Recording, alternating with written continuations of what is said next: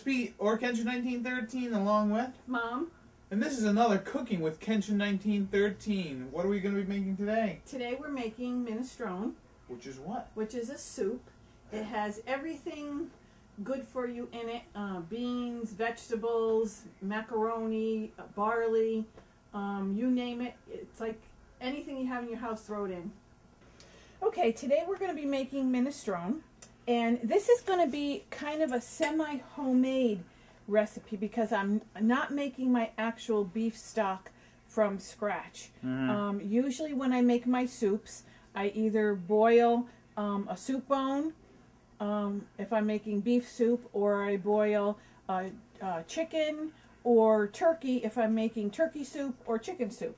So today we're going to get it going a little bit quicker by using beef flavored cooking stock. What you put in the minestrone, and as I mentioned in the opening hello, you can put in almost anything that you like. But traditionally it has beans, so I'm putting in pink beans, I'm putting in white beans, I'm putting in chickpeas, I'm putting in, I'm going to cut up the tomatoes. These are whole peeled tomatoes. I'm going to cut those up. We are going to put an 8-ounce can of tomato sauce. We have our fresh potatoes, onion, celery, carrot, zucchini. I have, to add more vegetables, a bag of mixed vegetables, frozen, and a bag of baby leaf spinach. And we're going to put all of that together. So the first thing we're going to do, we're going to kind of save you the trouble. We're going to take the, what stock. is it? No, aren't we gonna grind up the vegetables Oh yeah, first? we're gonna, and this is my favorite little gadget in my kitchen. When I need to chop something, you can pulse it to make things bigger, but you don't have to get out your big processor. So I'm gonna clean up my vegetables, put them in here, and we'll show you how I do it, and then we'll get everything started.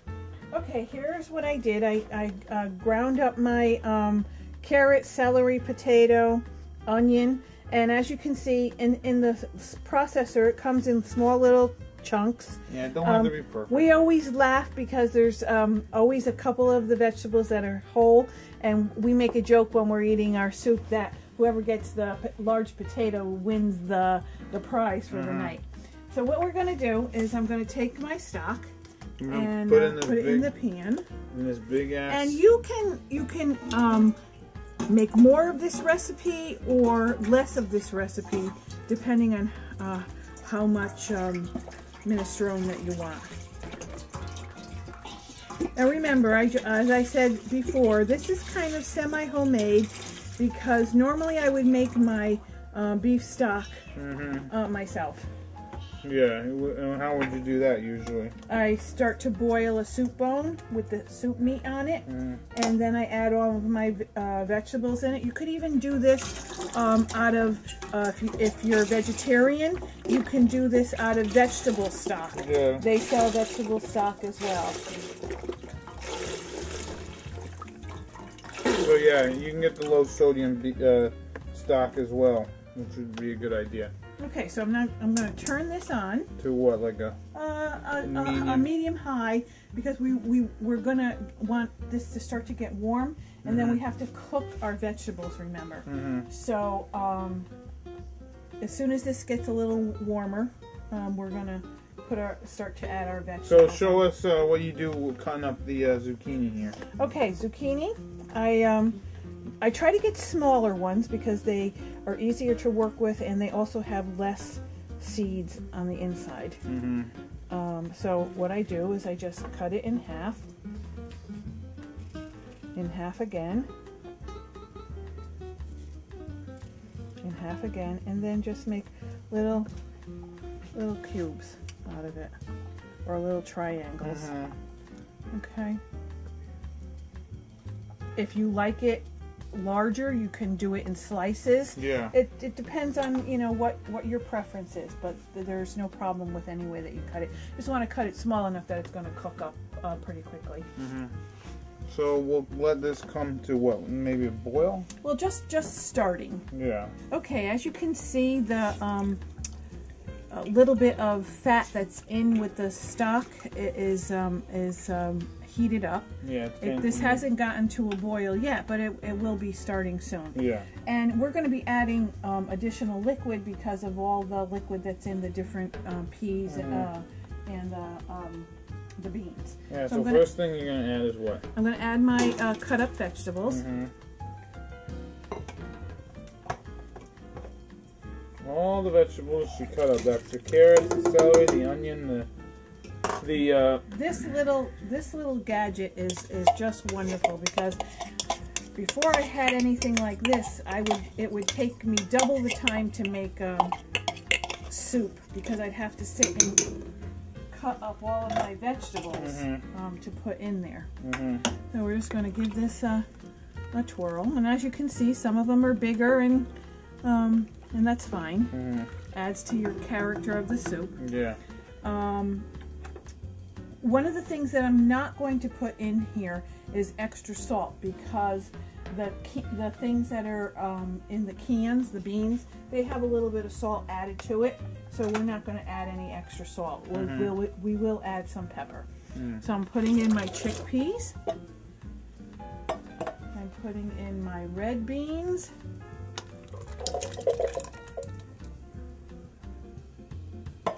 I'm going to add my can of small tomato sauce. I'm going to add my zucchini. Be careful when you're putting it in so it doesn't splash on you. Yeah, already it's doubled in the volume, which is pretty funny, considering you started with not a lot. So when do we put in let's put in our white beans, right? And there we go.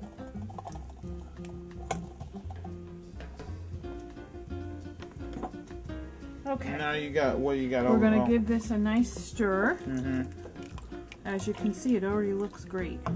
Yeah. We're going to cut up. This happens to be, as I said, peeled whole tomatoes. You can buy, they sell tomatoes already chopped up in the can, or stewed tomatoes. You can buy those and then you don't have to do anything to it and just add it to the, this just happened to be on sale this week, so I just got this can. So you want to make it into little chunks. That's what you're... Yeah. Now what the excess juice that's in the can... It's going to go right into the soup. Oh. So not a lot is wasted here. In the essence of all the goodness. And as I said, this can be a total vegetarian dish because you can do vegetarian stock. Now do we need to add the do we add the spinach yet, or no? The spinach goes in actually last. And what about the mixed vegetables? Mixed vegetables I'm going to add in a few minutes. And what I'm going to do is to take all of my cans, add a little bit of water in to get all of that nice thick juice that's on the bottom, or that thick mixture from the beans, and pour it into here. All right. I'm going to add my mixed vegetables. These are frozen mixed vegetables. Yeah, just adding a ton of vegetables in this soup is it's a really healthy soup. As you can see, look, every spoon that comes up has something good in it. So what I'm going to do is this is going to start to boil, and then I'm going to add my barley. Barley is a grain. I put it in all of my soups, and when it grows, it kind of almost resembles a rice. But it's really healthy for you, adds a lot of fiber, but the soup has to start to boil before you can add that to it. Alright, so my mom added the extra water from the cans, so that probably equaled maybe another cup or probably about 2 cups of water. So after you mixed, you know, took all of the. Now we're gonna add a little bit of pepper. Yep, and remember, I'm not putting any extra salt. Yeah, because there's a lot. There's a bunch already in there. Not a bunch. No. But Yeah. now, you know, if you don't want to use canned beans, you could always use the dried beans and soak them. You wouldn't use a whole package of them, but you could take some out and soak them overnight, and then you could part cook them, because it would take a lot longer to cook in the soup if you cooked them from scratch. So you would at least have to part cook them, and then add them to the soup. So we're gonna let this come to a boil and then add the barley? Yes, this is gonna come to a boil. We're gonna add the barley, and then we can add our macaroni to it as well. Some people don't even want to put macaroni in it, and you can put extra barley in it, and that will be kind of like your macaroni, and then we'll put our spinach in. All right. Okay, as you can see, we've got a nice rapid boil here. And now it's going to be time to add our barley. This is pearl barley. And how I measure it is I do in the palm of my hand. Okay? So I get a nice big scoop. And you can see what it looks like, little pearls of barley. Yeah. So I just add that in there. I usually put 2 in, sometimes a little bit more, and if you're making totally just barley soup, you would add, of course, a lot more to it. So this probably took about 10 minutes. So now what are we waiting for? So now the barley's going to start to cook a little bit. Then we're going to decide on the macaroni, what macaroni we want to put in. So we'll come back. You can add anything that you like. Usually you want something a little bit on the smaller side of the macaroni, so you don't want something real big to put in here. Okay, as you can see, each time I bring up a spoonful, you can see the barley starting to cook. So now I'm going to add my pasta, and I ended up using some broken up different kind of macaroni that we use when we make traditional beans and macaroni, and some elbows. But as I said, you can use almost anything. So we're putting that in there. Yeah. And then it's been about 5 minutes since we last saw you. So you're not missing anything. You're going to keep it at the same temp. Now after the macaroni cooks, right, that's when we throw in our spinach? Yeah. Well, the macaroni's kind of halfway through, because this hot liquid is going to cook the macaroni all the way through. So you got to give it a mix every once in a while, just so that it doesn't stick on the bottom. And we'll be back. All right, so here we are.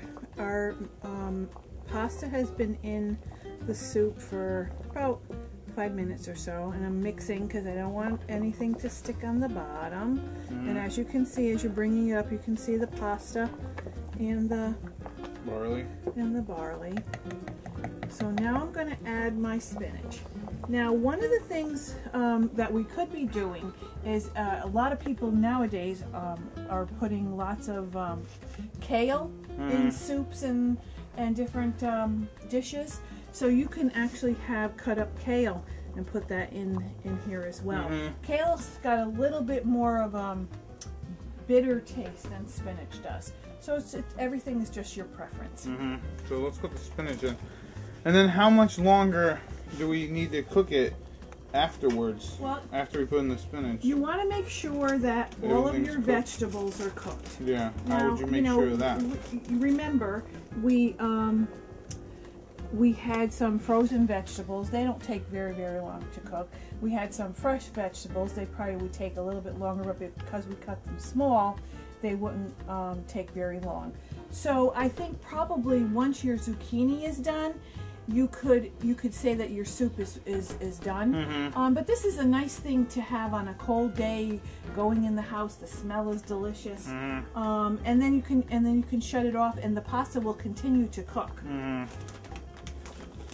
So we're throwing and you can put fresh spinach as well if you have it at home.